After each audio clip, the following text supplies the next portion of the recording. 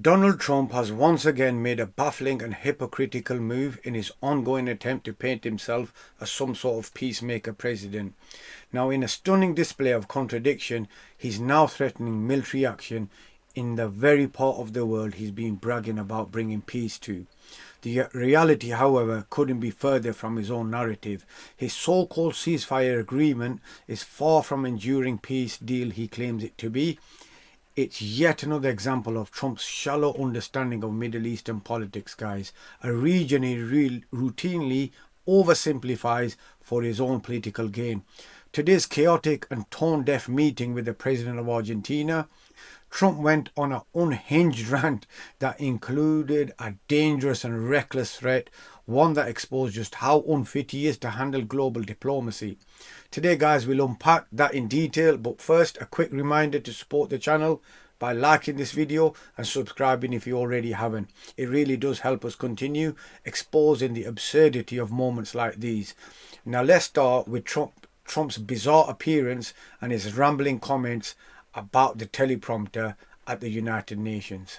I met him at the United Nations before I went up to speak, and then I found that I didn't have a speech because I had no teleprompter. They turned off my teleprompter purposely. They made it impossible for me. But it didn't silence me. I spoke without, and it was a good speech. I mean, it was a good speech. But no, think of that. You go into the United Nations, I'm speaking in front of 158 leaders and the whole world, and I look at my teleprompter and it's dead. Donald Trump is once again putting on a hollow performance, pretending he's brokered peace while simultaneously acting like he has any real grasp of international economics.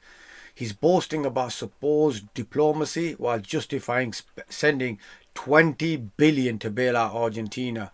All the American farmers and working families continue to suffer under his disastrous weight of his own economic mismanagement.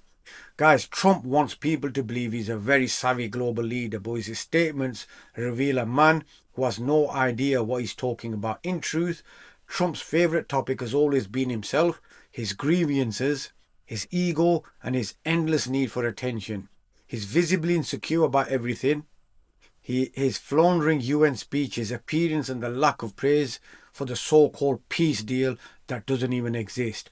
Now, in a move dripping with political vanity, Trump used this moment to publicly endorse Argentina's president, not out of principle, but because the man has shamelessly flattered him.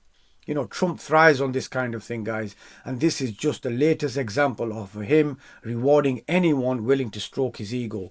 Before Trump's latest saber-rattling outburst about declaring war, the Argentine delegation conveniently presented him with a gift, a nominating letter meant to stroke his already inflated sense of importance. It's classic Trump, obsessed with self-image, blind to consequence, utterly detached from the real struggles of the people he's supposed to serve.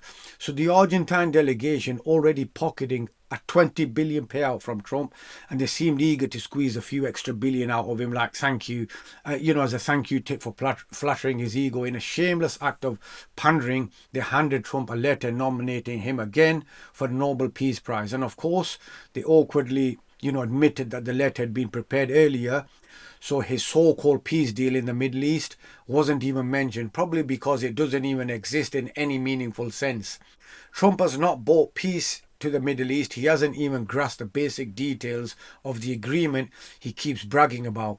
Well, what does he understand about it? Nothing really, guys. What has he done is built an entire political persona around only his aggression. Always attack, insult, deflect, and then repeat. That's his entire playbook, guys. So it's no surprise that instead of focusing on diplomacy or substance, Trump is once again lashing out, this time on Kamala Harris, because picking fights is the only thing he knows how to do. Yeah. Okay. When he did this letter, Mr. President, your settlement in the Middle East wasn't done. So we have to do a new letter because this is a very important... You have to add one extra sentence. Exactly. That's great. Thank you very much. This is such a good statement. Now, it would be almost laughable if it weren't too alarming, guys. The US dollar is plummeting, and Donald Trump's reckless policies are a major reason why. Yet, as usual, he seems completely indifferent to the economic fallout. Trump's focus isn't on stabilizing markets or helping struggling Americans, it's on feeding his own ego and finding someone new to attack. His deep insecurities are impossible to miss, and his obsession with the Nobel Peace Prize is perhaps the clearest example. He didn't win it, he never will, and he clearly eats at him, that does, for not winning it. That's why he's out on this self-serving PR tour, desperate for validation, while some mainstream outlets play along, absurdly portraying his hollow peace deal as a historic triumph. In reality, guys, there's no lasting peace. The situation in the Middle East, unfortunately, remains volatile, with new reports showing escalating actions by Israel, breaking the so-called ceasefire, which is obviously a so-called ceasefire, which is no surprise, guys. They are bombing Lebanon daily after a ceasefire was declared over a year ago. And this is directly contradicts Trump's hollow narrative of diplomacy and stability. Mr. President, would you support dollarization? I would say that I'll leave that up to my my economic people, but I like the dollar. I'm very strong on the dollar. And anybody who wants to deal in dollars, they have an advantage over people that aren't. But for the most part, we're keeping it that way. I think if Biden would have, Biden, that group would have gotten elected, meaning Kamala, you wouldn't have the dollar as your currency anymore. You wouldn't have a world domination by the dollar if I didn't win this election. And now the domination, like BRICS. The so-called ceasefire, the one Trump, couldn't stop bragging about, isn't even holding, guys. The violence hasn't stopped, and the situation, unfortunately, again, on the ground is unraveling, which completely defeats the purpose of a ceasefire in the first place. Yet somehow Trump still insists he deserves a Nobel Peace Prize, as if, empty photo ops and half-baked agreements count as diplomacy. Now, instead of acknowledging that his deal has already fallen apart, he's doubling down with inflammatory rhetoric, now responding to Hamas in a way that's only likely to worsen tensions rather than calm them. It's another reminder that Trump's idea of leadership is all about self-promotion, not peace or stability. But we have told them we want to disarm, and they will disarm. And if they don't disarm, we will disarm them. And it'll happen quickly and perhaps violently. But they will disarm. Do you understand me? Yes, you say because quickly. everyone says, oh, well, they won't disarm. They will disarm. And I spoke to Hamas, and I said, you're going to disarm, right? Yes, sir, we're going to disarm. That's what they told me. They will disarm or we will disarm them. Got it? If Trump actually cared about diplomacy, maybe he'd start by having an honest conversation with Netanyahu about what his government is doing right now. But instead, Trump's idea of peace is always to boast about creating stability one minute and then threaten to blow everyone up the next. It's the height of hypocrisy, claiming to have forged lasting peace while openly talking about violent disarmament. This is vintage Trump, erratic and self-absorbed and fundamentally ignorant of the conflicts he pretends to understand. Now, he keeps demanding recognition for peace he never achieved, using bombastic threats to distract from his failures. It's absurd, guys. You can't even win a Nobel Peace Prize whilst promising destruction. It doesn't work out that way, does it? Yet Trump seems convinced that bluster equals strength, spinning his recklessness as peace through power. But that's just theatre. If he truly believed in accountability, why isn't he holding Netanyahu responsible for the ongoing violence against Palestinians? The truth is simple, guys. Trump doesn't understand what's happening. And worse, he doesn't care. Simply doesn't care. His only goal is to hear his name praised by the world leaders eager to flatter him in exchange for economic favours. And the entire charade has become a tragic farce, guys. International discussions that should have focused on fair trade and global cooperation have instead turned into loyalty tests where leaders must grovel and shower Trump with compliments just to get a deal. Now, he treats tariffs not as a tool of policy, but as a leverage for personal validation, so he can force admiration from others. Trump's obsession with constant praise stems from his deep insecurity and his growing awareness that he's more unpopular than ever. No amount of threats, lies, staged photo ops can change that across the country, and especially in blue cities. People are standing up to him, organising protests and rejecting the authoritarian image he tries to project.